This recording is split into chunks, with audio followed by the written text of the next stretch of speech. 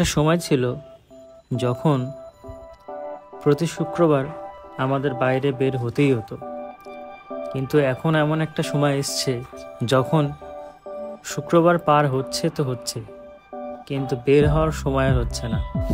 সবাই কর্মক্ষেত্রে ব্যস্ত, কিন্তু এর মধ্যে থেকেও একটা জিনিস শেষ হয়ে যায়নি, সেটা হচ্ছে বাইকিং। এই বাইক আমাদেরকে কোনো না কোনোভাবে একসাথে করেই। যেমন আজকে ঢাকা মোটর ফেস্ট উদযাপন হচ্ছে, সেই জন্য আমার বন্ধু সবুজ কুমিল্লা থেকে চলে এসছে শুধুমাত্র এই অনুষ্ঠানে যাওয়ার জন্য। আর আমিও আমার সব কাজ ফেলে আজকে আমি বন্ধুর সাথে যাব ঢাকা মোটর ফেস্ট 2024 দেখতে। আজ শুক্রবার বিশেষ একটা দিন, আরও বেশি বিশেষ করেছে কারণ আজকে পূর্বাচলে হচ্ছে ঢাকা মোটর ফেস্ট 2024। এমনিতেই আকাশে বাতাসে হায়া সিসির একটা বিশাল একটা হাইপ চলছে, সেজন্য সবাই এক্সাইটেড। এর মধ্যে আবার হচ্ছে ঢাকা মোটর ফেস্ট, মানে সব বাইকারদের একসাথে সমাহার। সবুজ চলে এসছে কুমিল্লার থেকে শুধুমাত্র এই মোটর ফেস্টে যাওয়ার জন্য। এই একটা জিনিস আমাদেরকে এত একত্র করেছে, এই যে বাইকিং জিনিসটা। হ্যাঁ, সিসি কিনে ফেলছো? হ্যাঁ, কি কারিশমা XMR নাকি 8-250 কোনটা? আপনি সেই মালটা না যার সাথে মতলবে দেখা হয়েছিল আর বাঁদরের মতো লাফাচ্ছিলেন, সেই মালটা তো নাকি? একটা সময় ছিল যখন আমরা প্রতি শুক্রবার শনিবারে পূর্বাচলে আমাদের মাস্ট যাওয়া লাগতো, মানে যে কোনো হারে হোক না কেন কেউ আটকাতে পারতো না। কিন্তু দেখা গিয়েছে এখন এমন একটা সময় যে শুক্রবার পার হয়েই যায় কিন্তু যাওয়া আর হয় না, কারণ সবাই এখন নিজেদের কাজে ব্যস্ত।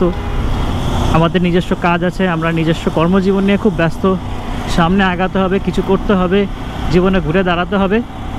সামনে দীপ ভাই আছে ওনার ওয়াইফকে নিয়ে, আরও সামনে আছে সায়ন ভাই ওনার ওয়াইফকে নিয়ে, আর সবুজ একটা ভুলের কারণে পট হলে পড়লো।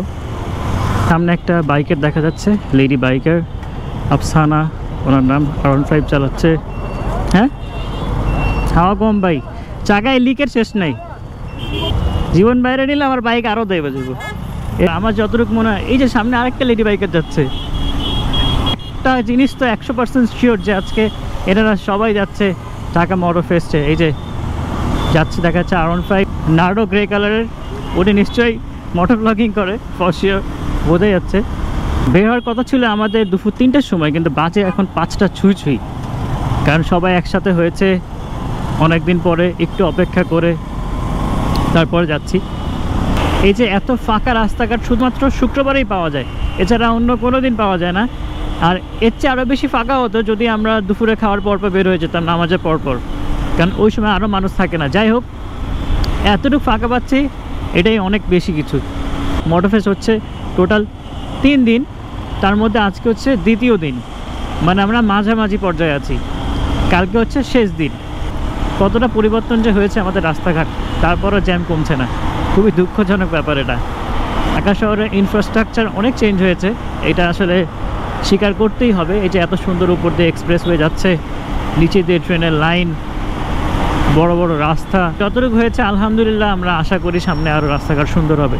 আমার একটু টায়ারে ইস্যু আছে, সেই কারণে আমাকে খুব কন্ট্রোল একটা ওয়েতে যেতে হচ্ছে আস্তে আস্তে, আর ওয়াবেল হচ্ছে বারবার বাইকটা। খুবই সুন্দর একটা ওয়েদার, একদম মিষ্টি একটা বাতাস চলছে। রাস্তাঘাট আসলে ফাঁকা পেলে বাইকারদের জন্য তো স্বর্গ।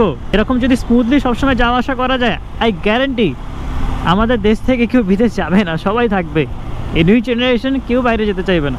আর ঢাকা মোটর ফেস্টে কী থাকছে, বিভিন্ন রকম অ্যাক্সেসরিজ বিক্রি হচ্ছে, বিভিন্ন রকম ব্র্যান্ডের জিনিসপত্র এসছে, অনেক ডিসকাউন্টে বিক্রি হচ্ছে, কিছুর প্রমোশনস হচ্ছে, অনেক ইউটিউবাররা এসছে যারা আমাদের বাইকিং কমিউনিটিকে অনেক বেশি পরিচিত করেছে, এবং খুব পপুলার যারা, তারা সবাই এসছে, ওখানেই আছে। আমাদের ঢাকা শহরের আশেপাশে ঘোরার জন্য পূর্বাচল আসলে খুবই সুন্দর একটা জায়গা, খোলামেলা জায়গা। আসলে সুন্দর বলতে কি, আমরা খোলামেলা দেখতে চাই, আমরা খোলামেলা জায়গায় যেতে চাই, খোলামেলা জায়গায় থাকতে চাই। আসলে আমরা শহরের মধ্যে খুব বিরক্ত এই কোলাহল নিয়ে, একটু সময় পেলেই তাই চলে আসি খোলা জায়গায়। এক্সাইটমেন্টের মেন কারণ হচ্ছে যে আমি আসলে অনেক রকম বাইক দেখবো। এখানে হায়ার সিসির যে নতুন বাইকগুলো এসছে সেগুলো দেখবো। কারিশমা XMR যেটা লঞ্চ হয়েছে 210 সিসি, বাংলাদেশের সেকেন্ড হায়ার সিসি বাইক, যেটা হিরো কোম্পানির থেকে এসছে। সেই ইভেন্টে আমি যেতে পারিনি, এবং আমি বাইকটা সামনাসামনি দেখতে পাইনি। তো এখন এই সুযোগে হয়তো দেখা হবে। আমি 100% শিওর যে ইভেন্টে বাইকটা আছে।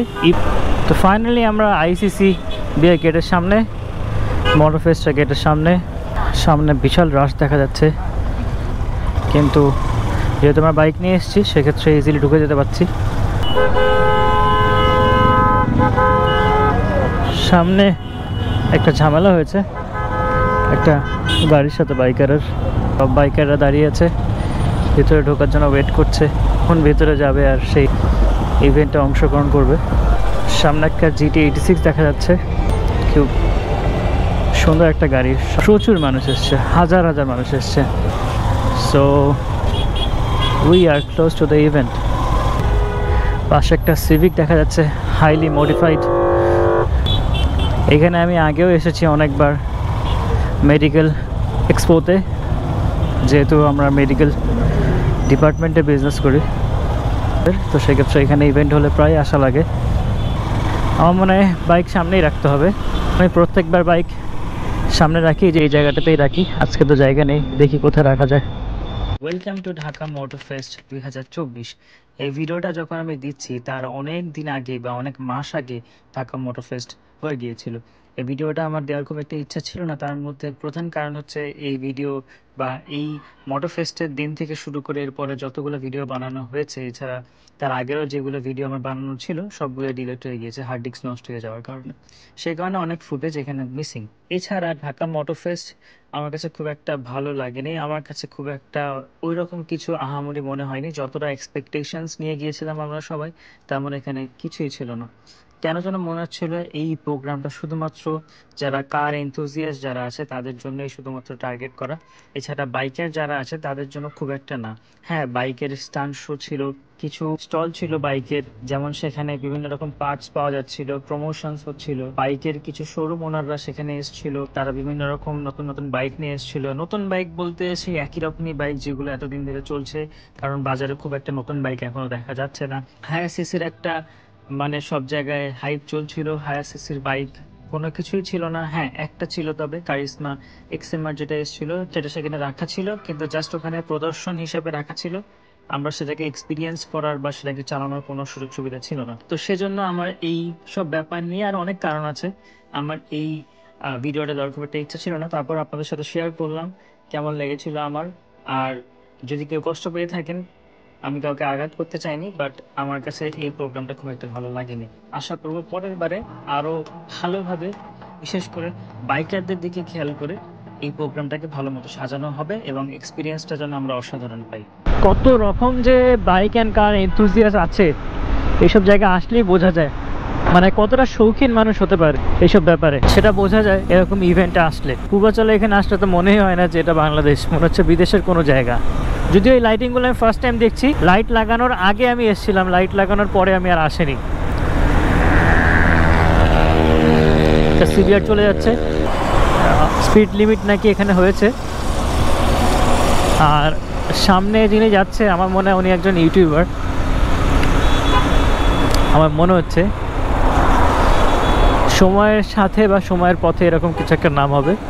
আমি মনে হয় ভিডিও সবসময়ই দেখি এবং খুব সুন্দর করে গুছিয়ে কথা বলে। সামনে খুব সুন্দর একটা ক্রাউন যাচ্ছে, রেড ওয়াইন কালারের, খুবই সুন্দর লাগছে দেখতে। ওয়াও!